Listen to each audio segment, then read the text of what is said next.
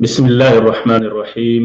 الحمد لله رب العالمين، والصلاة والسلام على أشرف الأنبياء والمرسلين نبينا محمد وعلى آله وصحبه أجمعين. أما بعد، يقول نبينا محمد صلى الله عليه وسلم: من اطلع في بيت قوم بغير إذنهم فقد حل لهم ان يفقعوا عینه. رواہ مسلم. محترم ناظرین، محرمات استہان بها کثیر من الناس نامی کتاب سے دروس کا سلسلہ جاری ہے، اور اسی ضمن سے آج کا یہ درس بغیر اجازت لوگوں کے گھروں میں جھانکنا، اس موضوع سے متعلق باتیں رکھی جائیں گی۔ اسلام ایک مکمل نظام حیات ہے۔ زندگی کا کوئی ایسا گوشہ شریعت نے نہیں چھوڑا ہے کہ جس پہ رہنمائی نہ کی ہو، چاہے وہ مسئلہ چھوٹا ہو یا بڑا ہو۔ ہر موقع، ہر میدان پہ، زندگی کے ہر گوشے پر روشنی ڈالی گئی ہے۔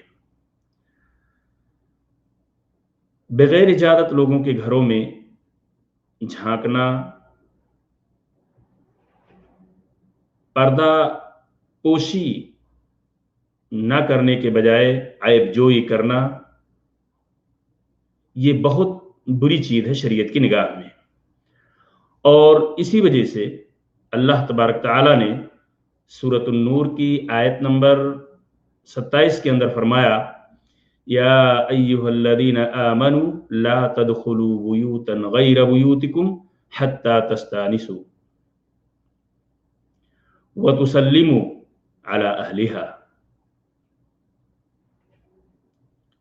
اے ایمان والو، اپنے گھروں کے علاوہ اور گھروں میں نہ جاؤ۔ کب تک نہ جاؤ؟ جب تک کہ اجازت نہ طلب کر لو، اور تمہیں یہ معلوم نہ ہو جائے کہ اندر کون ہے، اور وہاں کے رہنے والوں کو سلام کرو۔ محترم ناظرین، اس آیت کی روشنی میں ہمیں اپنے آپ کو ٹٹولنا ہوگا، اپنے آپ پہ ایک نظر ڈالنی ہوگی، سماج اور معاشرے کو بھی دیکھنا ہوگا کہ کیا واقعی آج ہمارے اندر، ہمارے معاشرے اور سماج کے اندر اسلامی شریعت کا یہ حکم جسے ہمیں دیا گیا ہے، اسے ہم فالو کر رہے ہیں، یا کہیں ایسا تو نہیں کہ اس کے مخالف عمل ہو رہا ہے۔ اگر شریعت کے اس حکم کو ہم فالو کر رہے ہیں تو یقیناً ہم اجر و ثواب کے مستحق ہیں، لیکن اگر کہیں اس کے برخلاف ہے، معاشرے و سماج میں اس کے برعکس لوگوں کی عیب جوئی کی جا رہی ہے، لوگوں کی عورات اور پردہ پوشی کی چیزوں پر اپنے آپ کو آدمی مطلع کرنا چاہتا ہے، تو یقیناً یہ بہت بڑی غلطی ہے، اور یہ ایک حرام کام ہے جس سے شریعت کی نگاہ میں جو کہ بہت ہی معیوب ہے۔ گھروں میں داخل ہونے سے پہلے اجازت طلب کرنے کا سبب کیا ہے؟ کیوں ہمیں یہ حکم دیا گیا ہے کہ جب ہم کسی کے گھر میں داخل ہونا چاہیں تو ہمارے لیے ضروری ہے کہ ہم اجازت طلب کریں؟ کیونکہ کہیں ایسا نہ ہو کہ جس گھر کے اندر ہم داخل ہونا چاہتے ہیں، گھر والے قابل ستر چیزوں پر، ایسا نہ ہو کہ ان کی قابل ستر چیزوں پر نگاہ پڑ جائے۔ اسی بات کی وضاحت کرتے ہوئے نبی اکرم صلی اللہ علیہ وسلم نے فرمایا: انما جعل الاستئذان من اجل البصر۔ طلب اجازت کو نگاہ کی وجہ سے ضروری قرار دیا گیا ہے۔ بلا اجازت گھروں میں داخل ہونا ممکن ہے کہ آدمی ایسی حالت میں ہو کہ اس حالت میں اس کی پردہ پوشی نہ ہو سکے، اسی لیے جب اجازت طلب کر کے آدمی گھروں کے اندر جائے گا، کسی کے گھر کے اندر جائے گا، تو ظاہر سی بات ہے وہ سب کچھ بہتر کر کے، پردہ پوشی کر کے ہی کسی کو اجازت دے گا۔ دور حاضر میں اگر دیکھا جائے تو آج ہمارے موجودہ زمانے میں رہن سہن کا جو ڈھنگ ہے، جو لوگوں کا سکن اور بلڈنگیں جو ہوا کرتی ہیں، وہ ایک دوسرے سے بالکل ملتی جلتی اور قریب ہوتی ہیں۔ عمارتیں ایک دوسرے سے بالکل جڑی ہوئی ہوتی ہیں، گھروں کی کھڑکیاں، دروازے ایک دوسرے کے بالمقابل ہوا کرتے ہیں۔ ایسی جگہ، ایسے موقع پہ، ایسے حالات میں ہماری اور آپ کی ذمہ داریاں اور بڑھ جاتی ہیں۔ قربت کی وجہ سے، ایک دوسرے کے بالمقابل ہونے کی وجہ سے پڑوسیوں کی ایک دوسرے پر بے پردگی کا امکان بہت بڑھ جاتا ہے۔ بہت سے لوگ اپنے پڑوسیوں کا پردہ ظاہر ہونے پر نگاہوں کو نیچا نہیں کرتے، جبکہ ایک مسلمان کا ایک شیوا نہیں ہے۔ مسلمان کا شیوا یہ ہوتا ہے کہ ایسے حالت میں وہ اپنی نگاہیں پست کر لیتا ہے۔ لیکن آج اگر دیکھا جائے تو معاملہ بالکل برعکس ہے۔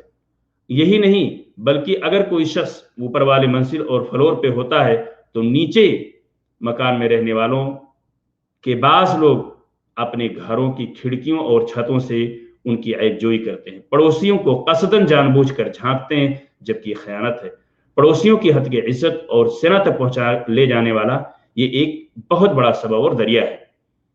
ناظرین کرام، اسی جھانکنے کے سبب کتنے ہی فتنے اور فساد رونما ہوتے ہیں، اور یہ معاملہ کسی حد تک آپ سمجھ سکتے ہیں کہ اس کی خطورت اور اس کی قباحت کس حد تک ہے۔ اس کا اندازہ اس بات سے ہو جاتا ہے کہ اگر گھر کا مالک جھانکنے والے کی آنکھ کو نکال لے تو شریعت نے اس کی آنکھ کو رائگاں قرار دیا ہے، یعنی آنکھ نکالنے کے سبب جس گھر میں وہ شخص جھانک رہا ہے بلا اجازت، اگر اس کی آنکھ گھر کے مالک نے نکال لی ہے تو مالک پر کوئی دیت یا قصاص شریعت نے لازم نہیں کیا ہے۔ اور اسی وجہ سے رسول اکرم صلی اللہ علیہ وسلم نے فرمایا، من اطلع فی بیت قوم بغیر اذنہم فقد حل لهم ان یفقعوا عینہ، جس نے بغیر اجازت کسی کے گھر میں جھانکا، گھر والوں کے لیے، اس گھر کے مالک کے لیے جائز ہے کہ وہ اس کی آنکھ پھوڑ ڈالے۔ اور ایسی صورت میں اگر گھر کا مالک اس کی آنکھ کو پھوڑ ڈالتا ہے تو شریعت نے اس کے اوپر کوئی دیت لازم نہیں کی ہے۔